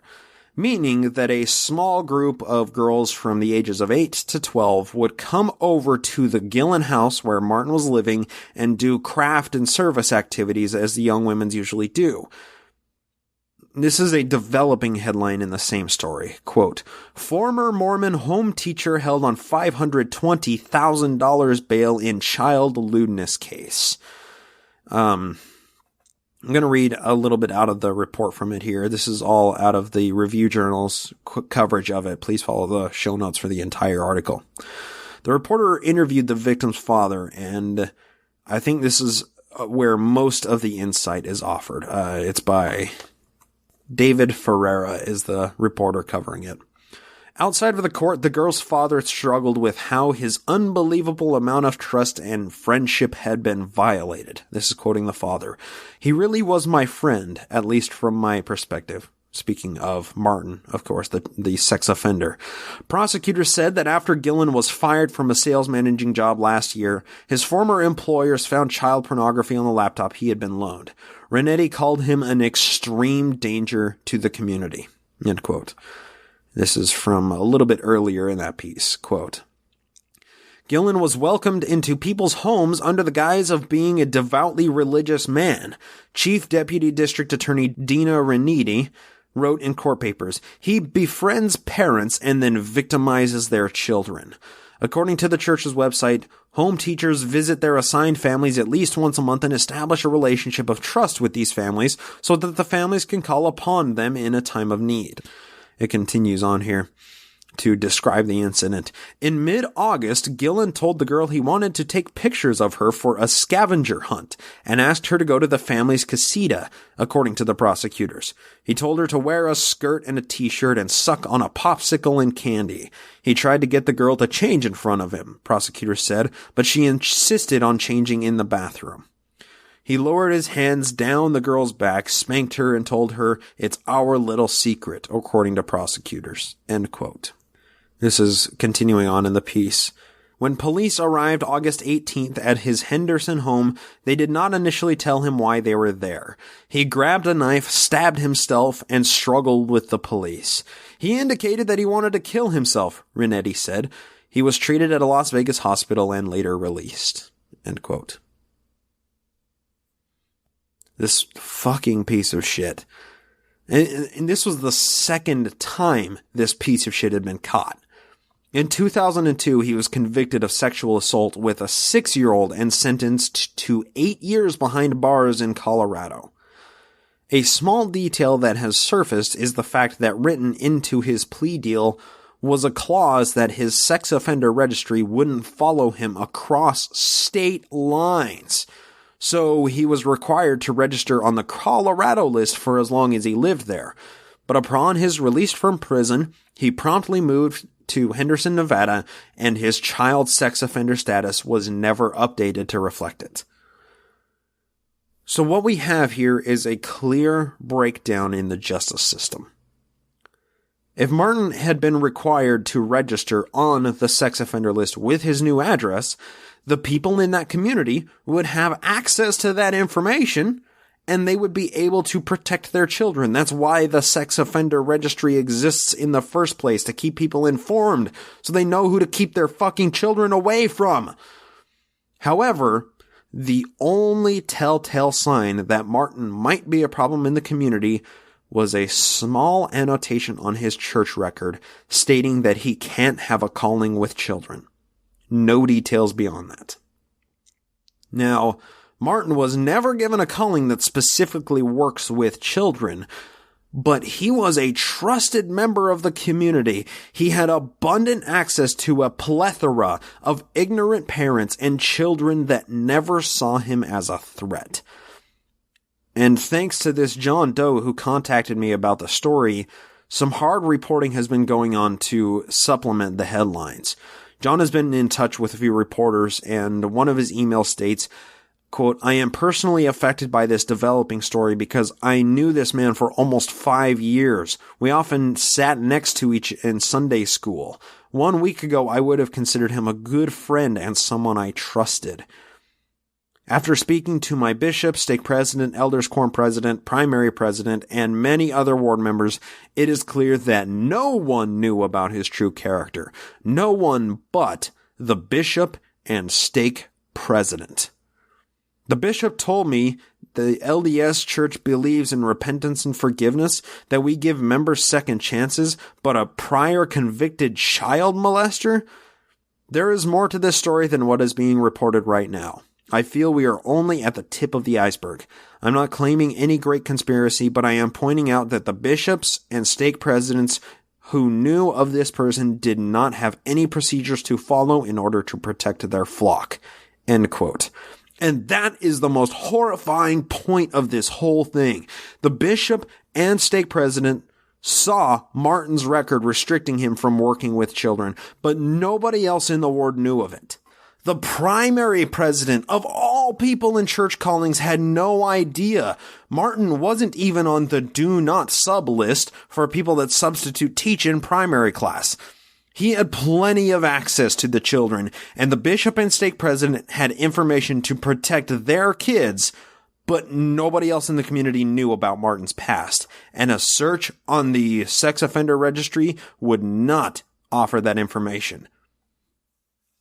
This John Doe told of Martin coming to his house and asking to borrow a ladder in late July of this year, less than a month before the accusation was leveled against Martin and he was arrested. Martin's M.O. was to ask people to borrow their ladders and then gain access to their house. It's how he was able to get time alone with the 10-year-old girl for which he was arrested this time. Martin asked our John Doe if he could borrow a ladder while their family was on vacation, and John trusted Martin enough to give him the garage code to his house. That's how trusted of an individual Martin was in his community. Now, I would like to think that if John knew of Martin's past, if he was made aware by the sex offender registry that didn't have him on record, or by a church leader that saw the annotation on the record, maybe he would have been suspicious of Martin showing up in the middle of the workday to borrow a ladder. You see, Martin swung and missed with John's daughter. But unfortunately for the young girl that's involved in the headlines here, Martin didn't miss every target he swung for. And that's how I want to tie all this together. Martin was a trusted member of the church and community, and he even served in leadership positions in the church. He was a home teacher. His wife was involved in the young women's. She had 10-year-old girls over at her house almost weekly. The bishop and stake president were the only people that knew who Martin really was and what he was capable of, and they took zero action to protect their flock. Not only was this a breakdown in correct procedure, this is tantamount to protecting this evil bastard just so he could keep fucking little girls. The bishop and stake president simply didn't act, and through their sheer neglect, one or more of the children in that ward are psychologically damaged for the rest of their lives.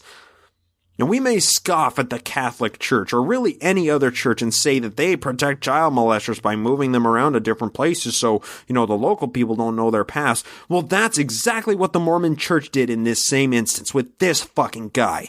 He was convicted of child molestation, and once he was free, he moved across state lines so his legal record wouldn't follow him, even though his church record did. Annotated in that church record was the information the bishop and stake president needed to protect the children of that neighborhood, and they instead decided to stay silent and give this guy callings that solidified his trustworthiness in the community. Kids are told to run away from a stranger in a van offering them candy or a puppy dog, but what if that stranger isn't a stranger at all? What if that stranger is your home teacher? And he's friends with your dad, and then he comes over to borrow a ladder when mom and dad aren't home, and then we can just chalk up another victim in his vindictive sadist's rap sheet. The only person being protected in this situation was Martin, and he was protected only because he was a trusted church member. People thought, there's no way Martin could do this, he's such a great guy.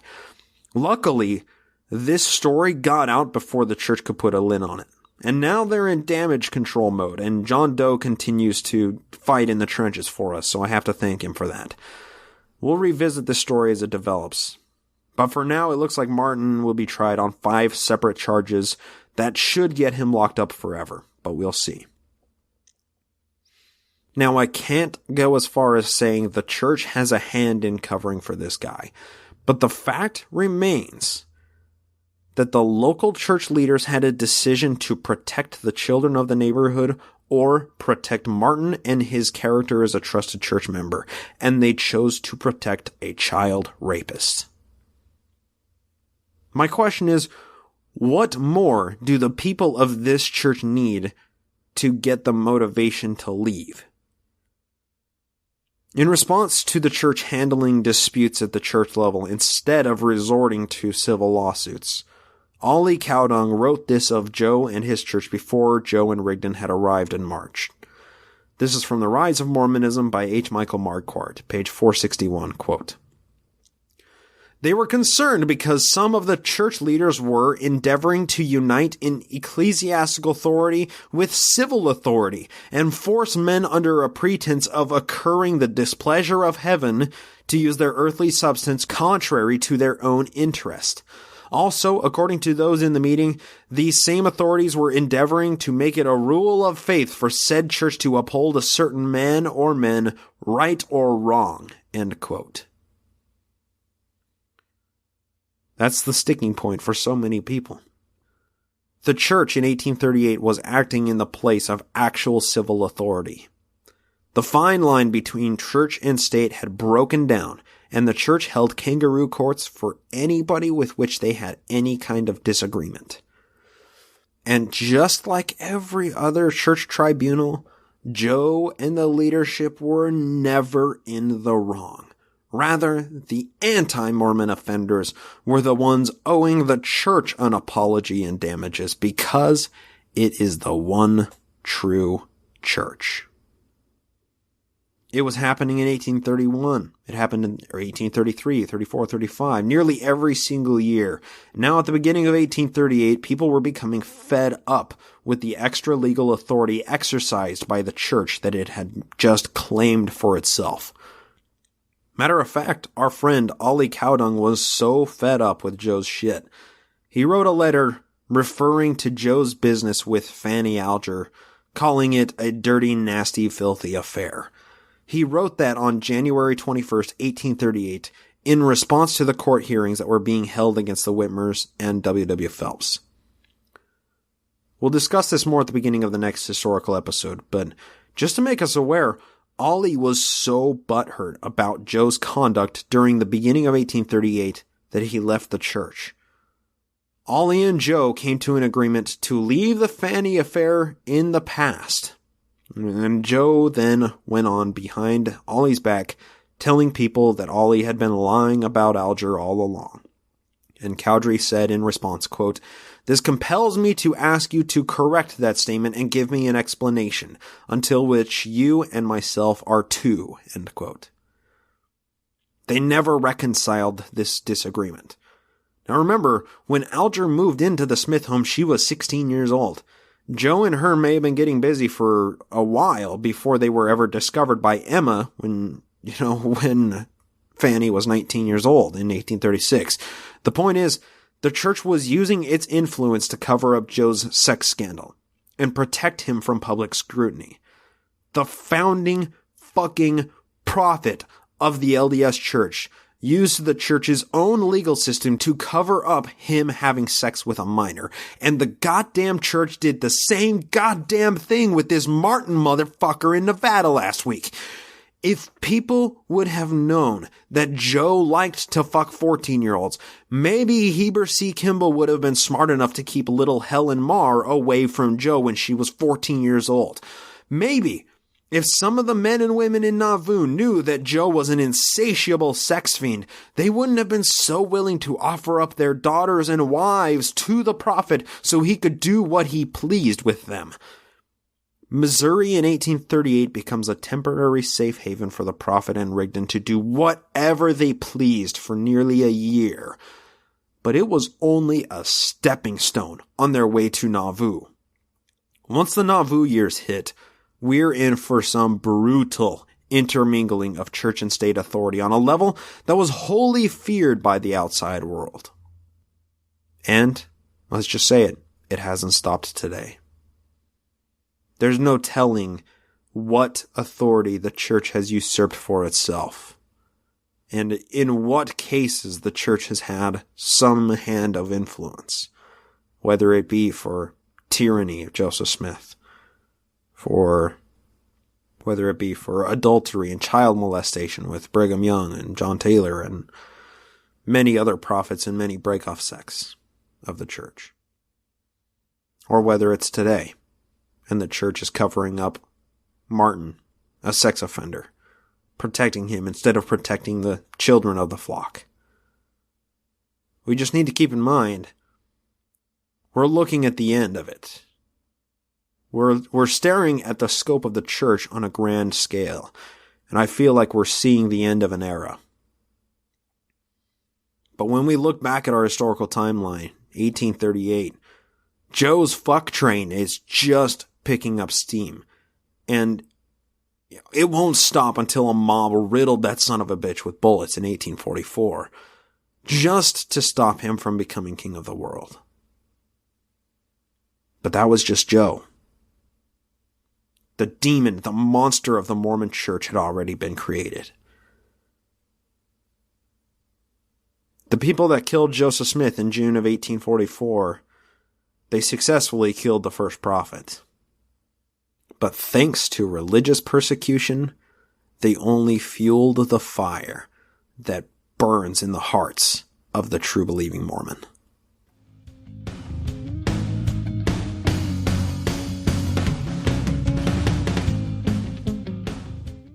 And that is it for the historical portion of today's episode. We'll do a listener mail and Patreon appreciation next week, but thanks to all of you who have sent in emails and messages, as well as have signed up to support the show on patreon.com/nakedmormonism. That being said, there were a couple of other things that I wanted to briefly discuss.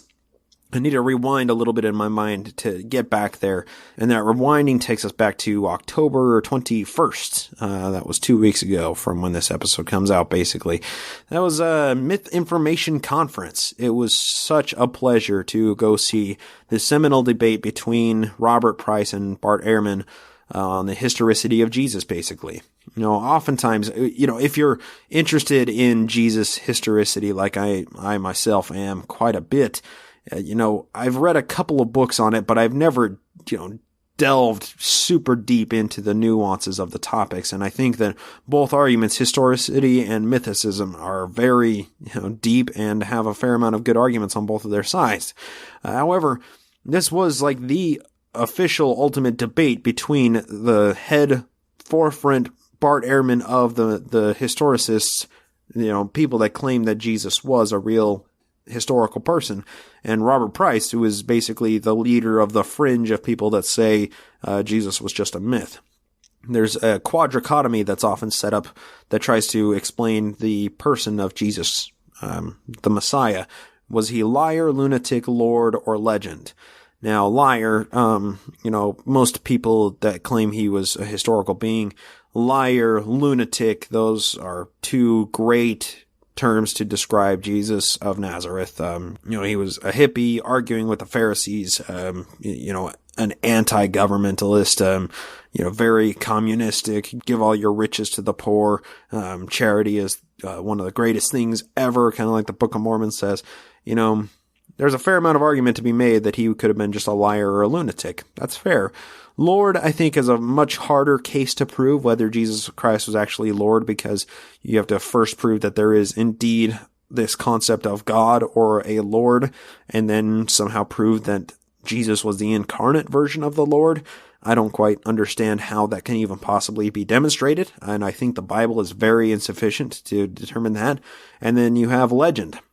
Was Jesus just a legend? As Richard Carrier would argue that he was basically manufactured by Saul of Tarsus, who was a synthesizer of the various Gnostic and religious sects in the area, Palestine.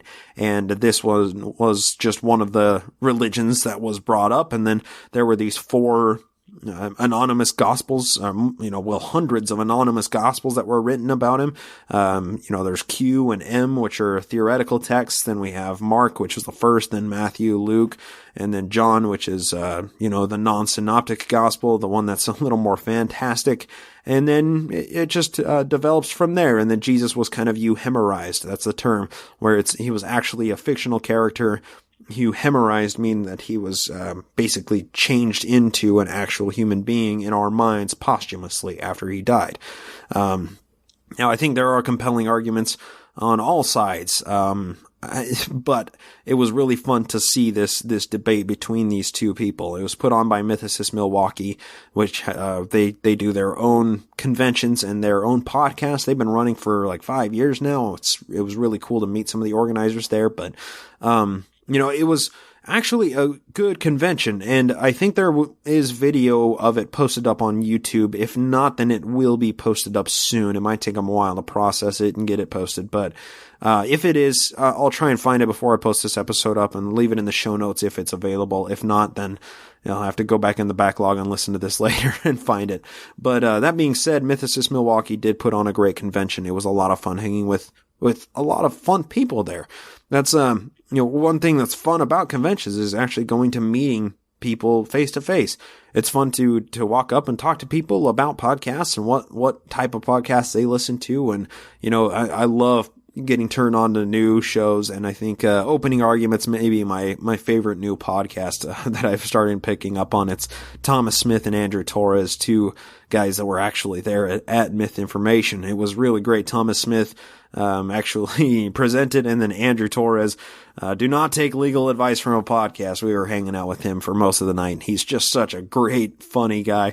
But then it was, we were, it was Dave and Michael from My Book of Mormon podcast and I were hanging out for most of the time. And then Marie Kent, the new host of My Book of Mormon, was there.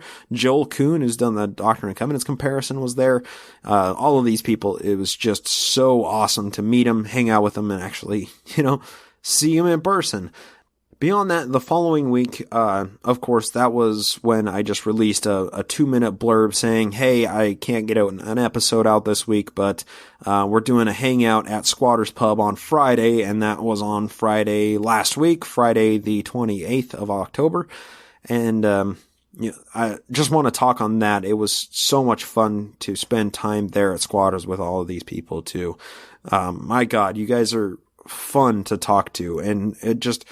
I think I said it last episode, you all get to know me very well through this. Listening to me talk for hours on end, I feel like you probably all know me really well, but you are all strangers to me, and I don't want that to be the case. I don't want this to be so one-sided. I want to hear your stories too. So it was great to just meet in person, and not just through email, but meet in person face to face and have somebody relating their story through Mormonism, their expressions, their accents and exasperation and various events. It's so much more fun to meet in person, and that's just a fun sense of community that I am enjoying in associating with the ex-Mormon community. It's so much fun.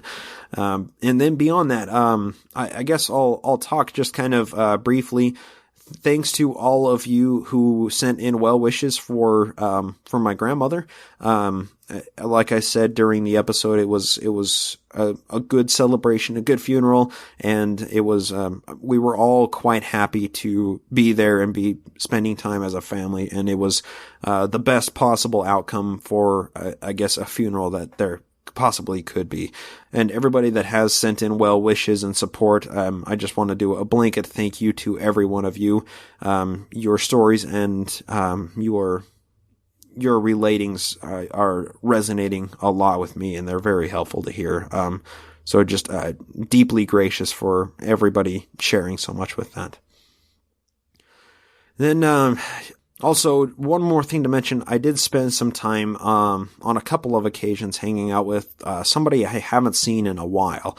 And that's kind of a problem. I've began this podcast and have gained new connections so quickly that I'm an introverted person. I haven't really been able to adapt to having so many new connections to so many new people.